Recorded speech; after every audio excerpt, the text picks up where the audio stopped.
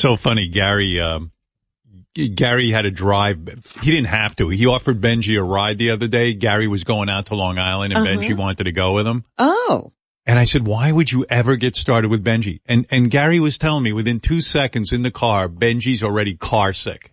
Don't you love people who you're doing a favor? Yeah. Who make your life miserable? Like you don't know that, like you should never get started with Benjy. I mean, he was all right. Listen, in all fairness, so it was the same day that you were talking about. Right. I had to get out to like a little bit past you. It was 3 hours. It was Wednesday. It was bumper to bumper traffic. So it's stop and go. I get it. Right. I have 2 other people in the car. Right. Who are not getting car sick. I got Steve Brandano with me and somebody else who works in the office. So I'm on the Cross Island Parkway and I look in my rearview mirror and I hear this very tiny little noise, but I see Benjy going, he's pulling his face as far apart as he can. He's going, like I hear that. Wait, give me that noise again.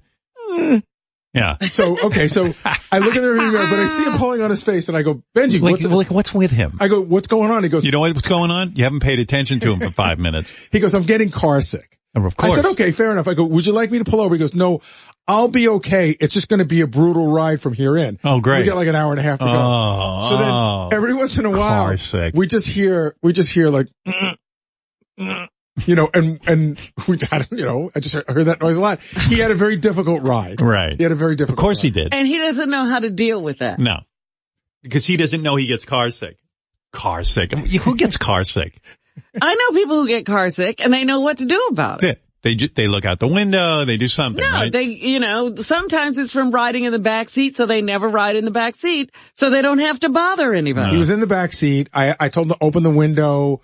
Then, of course, now I'm wondering, is he going to barf in my car? Oh, God. Oh, thank God he didn't. He didn't. I would have put him in the trunk, like in The Sopranos. I would have just left him on the side of the road. Yeah, right. Now you're not car sick. Benjy, get out and walk. Like my parents used to say when I was annoying, get out of the car. They'd pull over on the Southern State Parkway. I would be like 10. Now, you shouldn't do that to a 10-year-old. No. But a 50-year-old Benjy, you can do that to. An overweight 50-year-old who needs to walk. But it is interesting. I put him in a horse trailer. I'll go, okay, Benjy, I'll give you a ride, but let me put the hitch on here. It's interesting because if it is a kid, you know, you're very worried about them. But the person that was sitting next to me in the front seat, every time she heard that noise, we were trying hard not to laugh. We were just hearing, and she would be biting her lip to keep from laughing at him.